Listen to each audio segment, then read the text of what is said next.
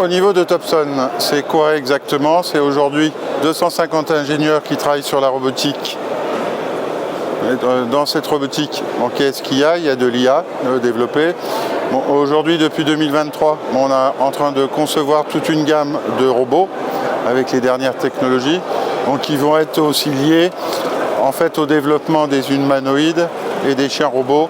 C'est-à-dire que le robot de 2028-2030, ça ne sera pas le robot que vous voyez ici sur le salon. C'est-à-dire qu'aujourd'hui, dans les gammes, on va utiliser du VSLAM pour les petits jardins. Pour les jardins intermédiaires, on va utiliser VSLAM, RTK, IA, IMUT et TOF. Et sur des jardins plus grands, on va intégrer le LIDAR, NRTK, IA, IMUT et TOF.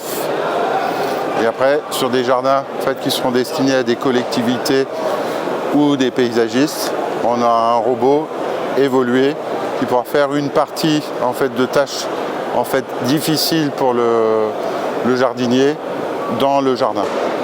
Donc de la tonte, mais également d'autres choses.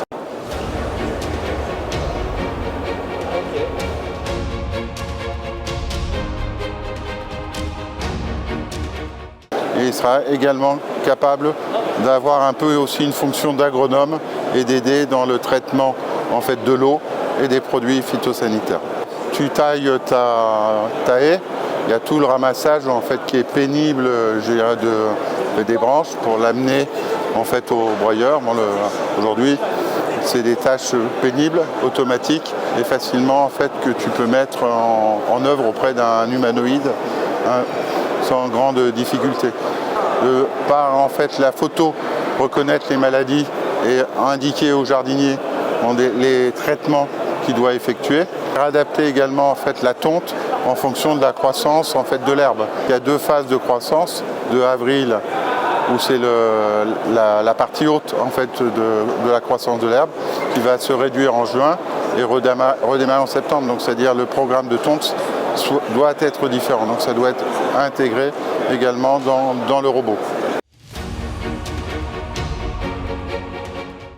Il aura des bras, c'est-à-dire il ne sera pas forcément dans cette forme-là. Donc c'est ça qu'il faut s'imaginer. Voir arriver le robot également dans les usines, le voir arriver très rapidement dans les ménages pour accompagner les personnes âgées qui ont des difficultés pour porter leurs courses au supermarché. C'est-à-dire il va aider également dans le suivi médical. Aujourd'hui, les 5 années qui vont venir, on va avoir un développement impressionnant sur toute cette partie-là. Un jardin complexe, ça demande aussi une expérience. Aujourd'hui, il y a un accompagnement au niveau du consommateur au travers de services pour l'aider dans le choix de son robot, dans l'installation, lui expliquer les capacités de son robot et l'entretien du robot. Le service, il doit être aussi intégré dans l'ensemble.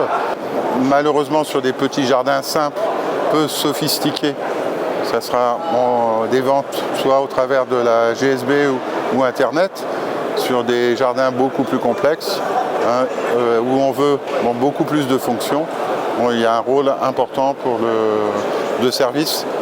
C'est-à-dire la valeur ajoutée, c'est le service. Donc le problème, c'est qu'il n'y a pas de service, il n'y a pas de survie possible.